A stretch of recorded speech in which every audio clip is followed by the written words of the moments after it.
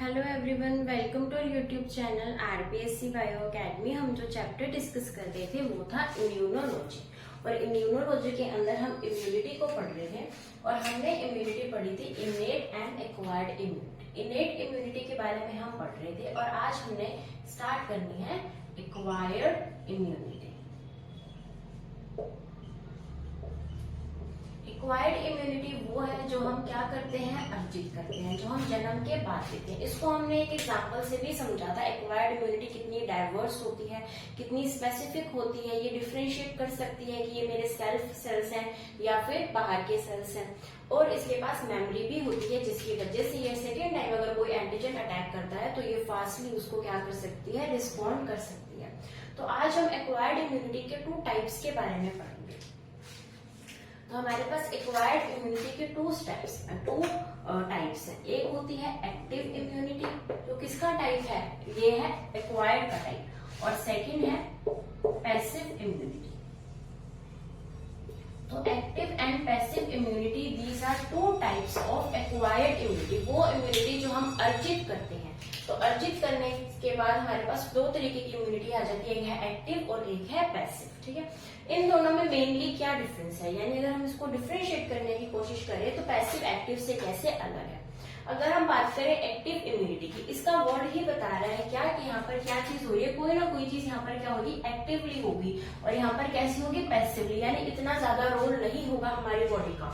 इसके अंदर ऐसा लग रहा है कि हमारी बॉडी बहुत एक्टिवली वर्क करेगी, बहुत सारा वर्क हमारी बॉडी को करना पड़ेगा इस इम्यूनिटी को प्रोवाइड करवाने के लिए। और इस इम्यूनिटी के लिए वो थोड़ी सी रिलैक्स है, पैसिवली यहाँ पर वर्क होगा। तो अगर एक्टिवली हम कहें हमारी बॉडी को एक्टिव करवाना है तो हम यहाँ पर क्या देंगे हमारी बॉडी को, एंटीजन्स। तो जब हम हमारी बॉडी को एंटीजन्स प्रोवाइड करवाएंगे तो उस एंटीजन्स के रिस्पॉन्ड में हमारी बॉडी क्या बनाएगी, एंटीबॉडी बनाएगी। हमने कहा था एंटीजन्स वो ऐसे पार्टिकल्स होते हैं जो हमारी बॉडी में एंटीबॉडीज को उत्पन्न करवा सके, और एंटीबॉडीज वो रिस्पॉन्डिंग पार्टिकल्स होते हैं जो एंटीजन्स के रिस्पॉन्ड में हमारी बॉडी में बनते हैं। तो यहाँ पर हम क्या प्रोवाइड करवा रहे हैं, हमारी बॉडी के अंदर एंटीजन्स डाल रहे हैं। जैसे कि हम एंटीजन्स को इंजेक्ट करते हैं, जैसे कि हम एंटीजन्स को अगर हम कहें कि हम इंजेक्ट कर रहे हैं एंटीजन्स को, या फिर हम कह सकते हैं कि हम एंटीजन्स को, जैसे कि हम पोलियो वैक्सीन लगाते हैं तो ओरली भी देते हैं। तो एंटीजन्स को किसी न किसी तरीके से हमारी बॉडी में क्या करवाया जा रहा है, यहाँ पर एंटर करवाया जा रहा है। और वो एंटीजन्स के आने से हमारी बॉडी के अंदर क्या बन रही है, एंटीबॉडीज बन रही है। और ये एंटीबॉडीज जो है वो हमें क्या प्रोवाइड करवा रही है, एक्टिव इम्यूनिटी प्रोवाइड करवा रही है। अब यहाँ पर ये जो एंटीजन्स दिए जाते हैं ये या तो कैसे होते हैं, इनएक्टिव होते हैं, या फिर ये कैसे होते हैं, वीक होते हैं। हम कह सकते हैं वीक है, इनएक्टिव यहाँ पर एंटीजन्स हमें दिए जाते हैं। फिर हम बात करते हैं पैसिवली। पैसिवली के अंदर क्या होता है, पैसिवली के अंदर हमारी बॉडी के अंदर जो दी जाती है वो रेडीमेड एंटीबॉडीज ही दी जाती है, यानी एंटीबॉडीज हमारी बॉडी से बाहर ही प्रिपेयर कर दी जाती हैं और सीधा ये एंटीबॉडीज हमारी बॉडी में क्या कर दी जाती हैं, इंजेक्ट कर दी जाती हैं। और ये एंटीबॉडीज हमें क्या प्रोवाइड करवाती है, सुरक्षा प्रदान करवाती हैं। तो ये कैसा हो गया, ये हो गया एंटीबॉडीज को सीधा ही हमारी बॉडी के अंदर जो है इंजेक्ट करवाया जाना, इसे बोला जाता है पैसिव इम्यूनिटी। और एक्टिव के अंदर एंटीजन्स को करवाया जाता है जिससे कि हमारी बॉडी एंटीबॉडी जो है वो उत्पन्न करे। तो क्या इसके अंदर बॉडी का रोल है, तो बिल्कुल इसके अंदर हमारी बॉडी का इंपॉर्टेंट रोल है। हमारी बॉडी एक्टिवली पार्टिसिपेट कर रही है, लेकिन यहाँ पर हमारी जो बॉडी है वो एक्टिवली पार्टिसिपेट यहाँ पर नहीं कर रही। यहाँ पर कैसे पार्टिसिपेट कर रही है, पैसिवली पार्टिसिपेट कर रही है कि ठीक है आपने हमें सीधा एंटीबॉडीज इंजेक्ट कर दिए, उस एंटीबॉडीज ने जिससे लड़ना था उसने लड़ा, हमारा रोग को ठीक किया, हमें इम्यूनिटी मिल गई, काम खत्म। अब अगर हम इसको एक एग्जांपल से समझे, जैसे हमारी बॉडी के अंदर पोलियो का ओरली हमने वैक्सीन लिया, तो हमने क्या लिया, हमने एंटीजन्स लिए, तो हमने कैसी इम्यूनिटी ले ली वहां पर, एक्टिव। और हमारी बॉडी में उसके अगेंस्ट क्या बनी है, उसके अगेंस्ट एंटीबॉडीज बनेगी। और एंटीबॉडीज को किस तरीके से हमने कहा था कि यहाँ पर क्या बन जाते हैं, मेमोरी सेल्स बन जाते हैं। और ये मेमोरी सेल्स जाती हमारे फ्यूचर में कभी भी पोलियो का वायरस अगर हमारे आसपास हमारी बॉडी के अंदर चला जाता है तो ये मेमोरी सेल्स उससे लड़ाई कर लेंगी, ये इफेक्टेड सेल्स को बनाएंगी और ये हमें इम्यूनिटी प्रोवाइड करवाएंगी और पोलियो वायरस हमारा कुछ बिगाड़ नहीं पाएगा। लेकिन यहाँ पर क्या हुआ, यहाँ पर ऐसा हुआ कि अगर जैसे कि हमें किसी स्नेक ने बाइट कर लिया, तो हमारे अंदर क्या चला गया, उसका वेनम चला गया। तो उस वेनम को मिटाने के लिए अब हम ये तो नहीं करेंगे कि उसको वीकेंड वेनम उसके अंदर डालेंगे, उसके अंदर तो पहले से ही वेनम है, और जितनी देर में उसके अगेंस्ट एंटीबॉडीज बनेगी या हमारी बॉडी हमारी रक्षा करेगी, उतनी देर में तो डेथ भी हो सकती है। तो ये बहुत ही डेंजरस हो जाता है, इसलिए पहले ही एंटीबॉडीज जो है वो तैयार करके रखी जाती है, एंटी वेनम जो है वो तैयार करके रख दिए जाते हैं। जैसे ही अगर कोई ऐसा केस आता है तो हॉस्पिटल्स के अंदर एंटी वेनम का इंजेक्शन दिया जाता है। तो वहां पर हमें क्या दी जाती है, पैसिव इम्यूनिटी दी जाती है, ताकि हम बिना टाइम लगाए वहां पर एंटीबॉडीज हमारे पास रेडीमेड पड़ी है और हमारी बॉडी उससे फाइट कर सके। ठीक है, तो यानी कि अगर हमने पैसिव इम्यूनिटी देनी है तो ये इम्यूनिटी कैसी होगी, ये इम्यूनिटी थोड़ी सी फास्ट वर्किंग होगी। कैसे होगी, फटाफट फास्टली हमें क्या दिया जाएगा, यहाँ पर इंजेक्शंस दे दिया जाएगा और वो फास्टली वर्क किया जाएगा। इंजेक्शंस पे हमें तभी दिया जाता है ताकि हमें वेट ना करना पड़े और फास्टली हम क्या कर सके, उससे हमें एंटीवेनम जो है वो रिएक्ट कर सके। लेकिन ये इससे कलेक्टिवली क्या हो जाएगी, इससे थोड़ी सी कंपैरेटिवली ये स्लो हो जाएगी, क्योंकि ऐसा होता है कि आज बनी है मेमोरी, आज मेमोरी सेल्स बन गए हैं, तो कल को जब आएगा तो उसको थोड़ा सा पहचानने में, उसके बाद मेमोरी सेल से फैक्टर सेल निकालने में ये थोड़ा सा टाइम लेती है। ठीक है, लेकिन हमने इसके अंदर भी पढ़ा है कि जो सेकेंडरी रिस्पॉन्स होता है वो प्राइमरी रिस्पॉन्स से फास्ट होता है। लेकिन अगर हम यहाँ पर एक्टिव और पैसिव को अगर हम थोड़ा सा कंपैरिजन करने की कोशिश करें तो पैसिव इससे भी फास्ट होती है। ठीक है, अब ये स्लो है, स्लो तो है, लेकिन ये कैसी होती है, लॉन्ग लास्टिंग होती है। कैसी होती है, लॉन्ग लास्टिंग, यानी हमने बचपन में पोलियो की वैक्सीन लगवाई थी, उसके बाद हमें लगवाने की जरूरत पड़ी नहीं पड़ी। लेकिन ये कैसी होती है, ये इतनी लॉन्ग लास्टिंग नहीं होती, ये शॉर्ट टाइम के लिए होती है। जैसे कि अगर हमने एंटीवेनम आज लगवाया, ठीक है, तो हो सकता है आने वाले 10 साल में फिर कोई स्नेक बाइट कर जाए तो हमें फिर से लगवाना पड़ेगा। जैसे हम टिटनस का टीका लगवाते हैं, तो टिटनस भी कैसी है, एक पैसिव इम्यूनिटी है। जब हम टिटनस का टीका लगवाते हैं तो हमें कहते हैं, हमें डॉक्टर पूछता है इंजेक्शन लगाने से पहले क्या 6 महीने के गैप में आपने टिटनस का इंजेक्शन लगवाया है। अगर आपने लगवाया है तो आपको जरूरत नहीं है, और अगर नहीं लगवाया है तो टिटनस का इंजेक्शन लगेगा। तो टिटनस का इंजेक्शन भी हम देखते हैं हमारी लाइफ टाइम में 2 से 3 बार हमें लग ही जाता है। तो यहाँ पर इंजेक्शन जो है इसकी जो टाइम पीरियड है वो ज्यादा लॉन्ग नहीं होता है, शॉर्ट होता है। शॉर्ट ड्यूरेशन के लिए ये इम्यूनिटी हमें मिलती है, लेकिन ये वर्क कैसे करती है, फास्टली वर्क करती है। और ये कैसे वर्क करती है, स्लोली करती है, लेकिन कैसी होती है, लॉन्ग लास्टिंग होती है। तो ये है main difference between active immunity and passive immunity. यानी एक्टिव इम्यूनिटी में एंटीजेंस दिए जाएंगे, पैसिव इम्यूनिटी में रेडीमेड एंटीबॉडीज हमारी बॉडी में दी जाएंगी। और यहाँ पर क्या है कि यहाँ पर इनएक्टिव या फिर वीक हो सकते हैं ये एंटीजेंस, या फिर यहाँ पर कई बार प्रोटीन्स भी दिए जाते हैं। ठीक है, उसके बाद हम बात करते हैं, ये इसके अंदर बॉडी इतना पार्टिसिपेट नहीं करती, पैसिवली रहती है, और यहाँ पर बॉडी क्या होती है, पार्टिसिपेट करती है। अभी हम डिस्कस करते हैं कि एक्टिव इम्यूनिटी और पैसिव इम्यूनिटी भी 2 टाइप्स की होती है। वो कौन से टाइप्स होते हैं?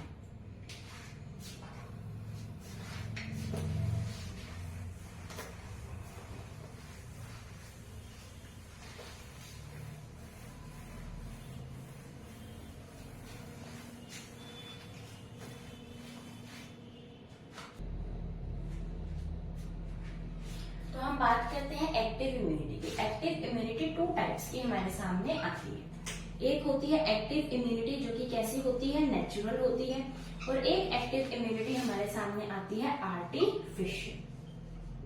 तो नेचुरल एंड आर्टिफिशियल 2 टाइप्स की एक्टिव इम्यूनिटी होती है, और यही 2 टाइप्स की क्या होती है, पैसिव इम्यूनिटी होती है। Natural immunity and passive.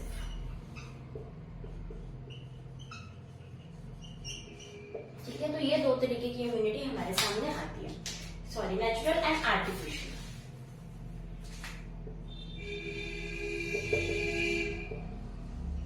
और यहां से जो है क्वेश्चन ग्रेड 1 के अंदर आ चुका है।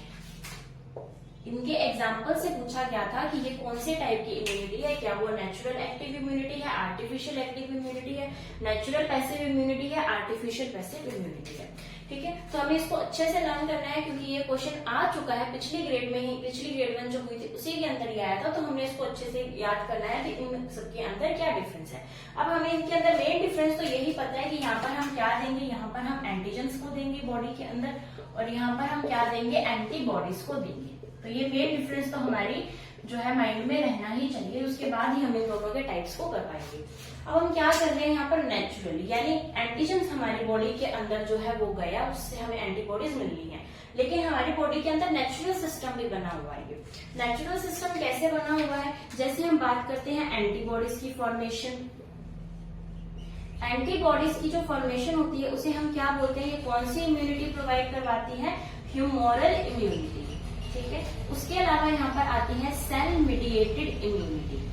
तो ये जो दो तरीके की इम्यूनिटी होती है, cell mediated immunity and humoral immunity, ये दोनों ही नेचुरल तरीके से की जाती है। जैसे हमारी बॉडी में कोई एंटीजन आया तो हमारी बॉडी से जो एंटीबॉडीज है वो रिलीज होंगी और वो एंटीबॉडीज उस एंटीजन के साथ रिएक्ट करके उसको खत्म कर देंगी। सेल मीडिएटेड इम्यूनिटी के अंदर हमने पढ़ा भी था कि यहाँ पर T helper cell, T suppressor cell, C killer cells होते हैं, तो टी किलर सेल्स होते हैं सॉरी। तो ये टी किलर सेल्स क्या करते हैं, उनको मार देते हैं। उनको कैसे मारते हैं वो हम प्रोसेस अभी थोड़ी देर में देखेंगे। तो यहाँ पर सेल मीडिएटेड इम्यूनिटी है, एंटीबॉडीज के हिसाब से ह्यूमोरल इम्यूनिटी यहाँ पर नेचुरली दी जाती है। ठीक है, अब आर्टिफिशियल इम्यूनिटी के अंदर क्या, आर्टिफिशियल इम्यूनिटी के अंदर है कि हम जो एंटीजन है वो हम खुद दे रहे हैं ताकि वहां से क्या बन सके, एंटीबॉडीज बन सके। यानी यहाँ पर हमारा जो है, हमारा हाथ भी है आर्टिफिशियल देने में। नेचुरल तो जो आ रहा है अब से आ ही रहा है, लेकिन आर्टिफिशियल में हम अपनी तरफ से क्या कर रहे हैं, हम अपनी तरफ से यहाँ पर एंटीबॉडीज वीक तरीके से हमारी बॉडी के अंदर एंटर करवा रहे हैं। जैसे कि हम बात करें डीपीटी, तो डीपीटी वैक्सीन जो है ये हम प्रोवाइड करवाते हैं हमारी बॉडी के अंदर, इसका इंजेक्शन लगता है। ठीक है, जैसे कि पोलियो की वैक्सीन है, जैसे कि बीसीजी की वैक्सीन है। तो ये जो वैक्सीन हैं ये हम आर्टिफिशियली, ये सब क्या है, ये सारे के सारे एंटीजेंस हैं जो आर्टिफिशियली हमारी बॉडी के अंदर दिए जाते हैं। और ये एंटीजेंस क्या प्रोवाइड करवाते हैं, हमें इम्यूनिटी प्रोवाइड करवाते हैं, क्योंकि ये हमारी बॉडी के अंदर एंटीबॉडीज की फॉर्मेशन को क्या करते हैं, इनिशिएट करते हैं। ठीक है, अगर हम बात करें डीपीटी की, तो ये किससे हमें प्रोवाइड करवाएगी, तो ये करवाएगी हमें इम्यूनिटी डिप्थीरिया से। डी का मतलब क्या है, डिप्थीरिया। पी का मतलब है पर्ट्यूसिस, जिसे क्या बोलते हैं, जिसे कुकर खांसी या फिर काली खांसी कहा जाता है, पर्ट्यूसिस कहा जाता है। और टी से हमारा आ जाएगा टिटनस। तो तीन चीजों से हमें इम्यूनिटी प्रोवाइड करवाती है कौन, ये डीपीटी वैक्सीन। डीपीटी का मतलब ही क्या, डी का मतलब डिप्थीरिया, पी का मतलब पर्ट्यूसिस और टी का मतलब है टिटनस। यानी इन तीनों चीजों से वैक्सीन हमें इम्यूनाइजेशन करने के लिए हमें कौन सी वैक्सीन लगवानी है, डीपीटी वैक्सीन करवानी है। और इसीलिए इसको क्या बोला जाता है, इसे बोला जाता है ट्रिपल वैक्सीन। तो ट्रिपल वैक्सीन कौन सी है, डीपीटी वैक्सीन है। और ये क्वेश्चन भी ग्रेड 1 के अंदर आ चुका है कि इनमें से ट्रिपल वैक्सीन कौन सी है। तो इनमें से ट्रिपल वैक्सीन है डीपीटी, डिप्थीरिया, पर्ट्यूसिस और टिटनस। हमें पता भी होना चाहिए कि डी का मतलब क्या है, पी का मतलब क्या है और टी का मतलब क्या है। उसके बाद आती है पोलियो की वैक्सीन। तो पोलियो की वैक्सीन भी हमें ओरली जो है पोलियो की वैक्सीन दी जाती है, जिसकी वजह से हमारी बॉडी में क्या बनती है, एंटीबॉडीज बनती है। फिर आती है BCG,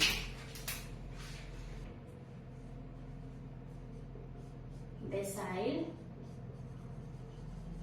Calmette Guerin, bacille Calmette and Guerin. ठीक है, ये किसका नाम है, ये बीसीजी की फुल फॉर्म है। और ये हमें किससे जो है इम्यूनाइजेशन प्रोवाइड करवाएगी, ये हमें करवाएगी ट्यूबरकुलोसिस, टीबी से। तो टीबी से अगर इम्यूनिटी चाहिए तो हमें कौन सी वैक्सीन लगवानी पड़ेगी, बीसीजी, जिसका क्या नाम है, बेसाइल कैलमेट गुएरिन, इसका फुल नेम है। और ये हमें क्या प्रोवाइड करवाती है, टीबी के प्रति हमें इम्यूनिटी प्रोवाइड करवाती है। तो यहाँ पर हम क्या कर रहे हैं, आर्टिफिशियली हम जानबूझकर क्या कर रहे हैं, हम यहाँ पर प्रोवाइड करवा रहे हैं एंटीजेंस। और यहाँ पर एंटीजेंस कैसे आ रहे थे, नेचुरली एंटीजेंस आ रहे थे। और एंटीजेंस के नेचुरली आने के बाद यहाँ पर क्या हो रही थी, यहाँ पर एंटीबॉडी से उसको हम डिस्ट्रॉय कर रहे थे। और यहाँ पर हमारा एक सेल जो है वो एक वर्क करेगा उसको डिस्ट्रॉय करने के लिए। ठीक है, अब हम बात करते हैं पैसिव इम्यूनिटी की। पैसिव इम्यूनिटी का मतलब है यहाँ पर क्या दी जा रही है, एंटीबॉडीज दी जा रही है। तो एंटीबॉडीज नेचुरली हमारी बॉडी में ऐसा कौन सा सिस्टम चलता है कि हम नेचुरली एंटीबॉडीज जो है वो देते हैं। तो जहां पर देने की बात आएगी वहां पर हमेशा क्या होगा, मदर और फीटस का संबंध होगा। तो मदर और फीटस से हमें पता है क्या जाती है, आईजीजी, यानी कि ड्यूरिंग प्रेगनेंसी प्लेसेंटा को पास करने वाली कौन सी एंटीबॉडी है, आईजीजी एंटीबॉडी है जो प्लेसेंटा को पास कर सकती है। ठीक है, उसके अलावा मिल्क में कौन सी एंटीबॉडी होती है, मिल्क में एंटीबॉडी होती है आईजीए। ये किसके अंदर होती है, मिल्क के अंदर। उसके अलावा टीयर के अंदर, सलाइवा के अंदर भी कौन सी एंटीबॉडी पाई जाती है, आईजीए एंटीबॉडी ही पाई जाती है। ठीक है। तो ये नेचुरली एंटीबॉडीज हैं, या हम कह सकते हैं कि ये नेचुरली एक पैसिव इम्यूनिटी है जिसके अंदर एंटीबॉडीज सीधा ही हमारी बॉडी के अंदर क्या हो रही है, एंटर कर रही है। हमारी बॉडी के अंदर नेचुरली जो एंटीबॉडीज है, जैसे कि आईजीजी एंटीबॉडी जो प्लेसेंटा को पास करके फीटस को क्या प्रोवाइड करवा रही है, इम्यूनिटी। कैसी इम्यूनिटी, पैसिव, क्योंकि क्या ट्रांसफॉर्म हो रहा है यहाँ पर एंटीबॉडीज को ट्रांसफर किया जा रहा है। फिर आईजीए जो कि मिल्क के अंदर फर्स्ट मिल्क जो होता है उसे क्या बोलते हैं, जो फर्स्ट मिल्क होता है उसे बोला जाता है कोलोस्ट्रम, और इसको हम पढ़ चुके हैं डेवलपमेंटल बायोलॉजी में। कोलोस्ट्रम, कोलोस्ट्रम के अंदर कौन सी एंटीबॉडी पाई जाती है, आईजीए एंटीबॉडी पाई जाती है। और ये आईजीए एंटीबॉडी भी कैसे ट्रांसफर की जाती है, एक मदर से एक बेबी को जो मेमरी ग्लैंड्स के थ्रू, मिल्क के थ्रू क्या प्रोवाइड करवाई जाती है, आईजीए एंटीबॉडी। उसके अलावा टीयर में, सलाइवा में एंड मिल्क में भी कौन सी एंटीबॉडी पाई जाती है, आईजीए एंटीबॉडी पाई जाती है। उसके बाद हम बात करते हैं आर्टिफिशियल पैसिव इम्यूनिटी, यानी रेडीमेड सीधा एंटीबॉडी ली और हमारी बॉडी के अंदर इंजेक्ट कर दी। तो ये कौन सी एंटीबॉडीज होती हैं, ये एक तो हम पढ़ चुकी हैं, कौन सी एंटीबॉडी होती है, टिटनस, टिटनस वाली एंटीबॉडी होती है, सॉरी आर्टिफिशियल हमारे इंजेक्शन जो दिए जाते हैं। उसके अलावा हम कह सकते हैं एंटीटॉक्सिन्स, एंटीवेनम्स, जैसे स्नेक की बाइट पर हम जो हमें इंजेक्शन लगाते हैं, जो हॉस्पिटल के अंदर डॉक्टर्स वो कैसा लगाते हैं, एंटीवेनम इंजेक्शंस लगाते हैं। इसके अंदर सभी तरीके की एंटीबॉडीज होती है। अगर हमें पता हो कि हमें कौन से स्नेक ने बाइट किया तो उस तरीके की, नहीं तो ये मिक्स्ड एंटीबॉडीज होती है, ताकि हमें एक बार हमें क्या मिल सके, सुरक्षा मिल सके, ताकि उसका जो जहर है, जो विनोम है, वो हमारी बॉडी में ना फैल सके। ठीक है, तो ये हमने किसके बारे में बात की, एक्टिव एंड पैसिव इम्यूनिटी के टाइप्स के बारे में बात की है।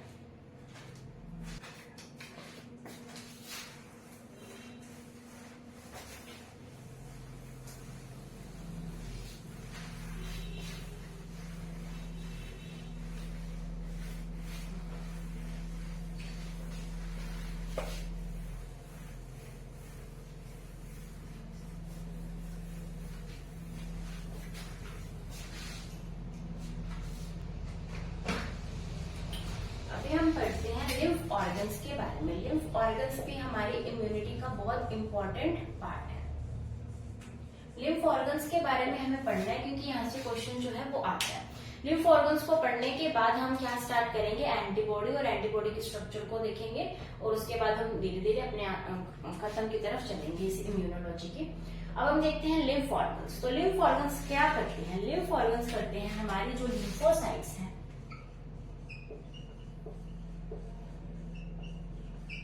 हमारी लिम्फोसाइट्स का प्रोडक्शन,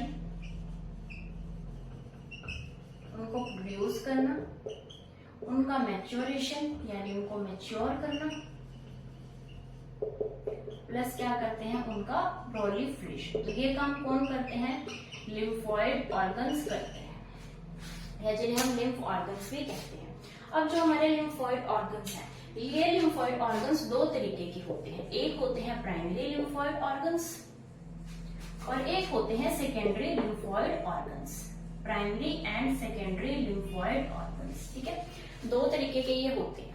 प्राइमरी लिम्फोइड ऑर्गन्स का क्या मतलब है, प्राइमरी लिम्फोइड ऑर्गन्स वो ऑर्गन्स होते हैं जो कि इमैच्योर लिम्फोसाइट्स को, हमारे पास यहाँ पर क्या आएंगे, इमैच्योर लिम्फोसाइट्स आएंगे, और ये इस इमैच्योर लिम्फोसाइट्स को कन्वर्ट कर देंगे एंटीजन सेंसिटिव लिम्फोसाइट्स के अंदर। यानी इसको क्या कर देंगे, सिंपल वे में अगर हम कहें तो हम ये क्या कर देंगे, ये इसको मैच्योर कर देंगे। इमैच्योर को क्या कर देंगे, यहाँ पर ये मैच्योर कर देंगे। कौन, ये प्राइमरी लिम्फ ऑर्गन्स, ठीक है। अब सेकेंडरी लिम्फ ऑर्गन्स क्या करेंगे, ये इस एंटीजन सेंसिटिव लिम्फोसाइट्स को, ये इन लिम्फोसाइट्स को क्या प्रोवाइड करवाएंगे, इन लिम्फोसाइट्स को साइट प्रोवाइड करवाएंगे, साइट्स फॉर इंटरेक्शन।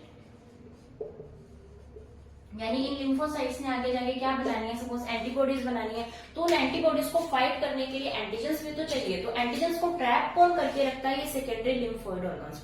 तो सेकेंडरी लिम्फोइड ऑर्गन्स के पास क्या प्रेजेंट होती है, एंटीजेंस प्रेजेंट होती है, और यहाँ पर एंटीजेंस के साथ उनकी क्या करवाई जाएगी, इंटरेक्शन करवाई जाएगी। तो उनकी इंटरेक्शन करवाने के लिए जो साइट को प्रोवाइड करवाएंगे वो कौन प्रोवाइड करवाएंगे, सेकेंडरी लिम्फोइड ऑर्गन्स प्रोवाइड करवाएंगे। तो हमारे पास प्राइमरी लिम्फोइड ऑर्गन्स के अंदर दो एग्जांपल्स हमने पढ़ने हैं, thymus and bone marrow. Thymus and bone marrow, ये दोनों क्या है, ये दोनों प्राइमरी लिम्फोइड ऑर्गन्स है जो कि लिम्फोसाइट्स को क्या करते हैं, मैच्योर करते हैं, यानी इमेच्योर लिम्फोसाइट्स को एंटीजन सेंसिटिव लिम्फोसाइट्स को बनाते हैं, जिसके अंदर हम क्या पढ़ेंगे, B and T lymphocytes. B and T lymphocytes जो है उनका प्रोडक्शन, उनका मैच्योरेशन कहाँ होता है, थाइमस एंड बोन मैरो के अंदर। उसके बाद हम चलते हैं सेकेंडरी के अंदर। सेकेंडरी लिम्फोइड ऑर्गन्स कहाँ होते हैं, जो कि क्या करेंगे, ये एंटीजन्स को ट्रैप करके रखेंगे। तो ये होते हैं, जैसे हम कह सकते हैं हमारे लिम्फ नोड्स। हमारी बॉडी के अंदर डिफरेंट पार्ट्स पर क्या प्रेजेंट होती है, लिम्फ नोड्स प्रेजेंट होते हैं। जैसे कि क्या प्रेजेंट होता है, स्प्लीन प्रेजेंट होता है। जैसे कि हम कह सकते हैं यहाँ पर पेयर्स पैचेस, जैसे टॉन्सिल्स प्रेजेंट होते हैं, अपेंडिक्स प्रेजेंट होता है, वर्मीफॉर्म अपेंडिक्स जिसको बोलते हैं। तो इन सबका क्या काम है, ये सारे के सारे सेकेंडरी लिम्फोइड ऑर्गन्स की तरह वर्क करते हैं। यहाँ पर जो है क्या प्रेजेंट होते हैं, यहाँ पर एंटीजन्स प्रेजेंट होते हैं, उनको ट्रैप करके रखते हैं ताकि यहाँ से क्या हो जाए, जब यहाँ से मैच्योर होकर हमारे पास लिम्फोसाइट्स आए तो उन लिम्फोसाइट्स को फाइट करने के लिए यहाँ पर एंटीजन्स प्रेजेंट होते हैं। और जो क्वेश्चन है वो यहाँ से आ चुका है। क्वेश्चन ये आया था कि इनमें से कौन सा सेकेंडरी लिम्फोइड ऑर्गन है, और ऑप्शन में दे रखा था अपेंडिक्स। और ये क्वेश्चन पिछली ग्रेड 1 में ही आया हुआ है, यानी ग्रेड 1 2022 के अंदर ये क्वेश्चन पूछा गया था कि इनमें से कौन सा सेकेंडरी लिम्फोइड ऑर्गन है, और ऑप्शन में क्या था, अपेंडिक्स। तो अपेंडिक्स है। तो हमारे जो क्वेश्चंस है वो इतने हार्ड भी नहीं आते, लेकिन पिछली जो ग्रेड 1 2022 जब हुई थी तो उसके अंदर 2 क्वेश्चन ऐसे थे जो कि बहुत ही लेवल के आए थे, ज्यादा लेवल के भी नहीं कह सकते, क्योंकि वो क्वेश्चंस को निकाला कहाँ से गया था, जो प्रीवियस ईयर असिस्टेंट प्रोफेसर के क्वेश्चंस आए हैं, तो वहां से ही उन चीजों को निकालकर हमारी ग्रेड 1 में पूछा गया था। तो हमने वो क्वेश्चंस को भी साथ साथ जरूर देखना है, और अगर कुछ इंपॉर्टेंट चीज लगती है तो उसको अपने नोट्स में जरूर ऐड करना है, क्योंकि यहाँ से जो क्वेश्चन है वो थोड़े से अच्छे लेवल के बनते हैं।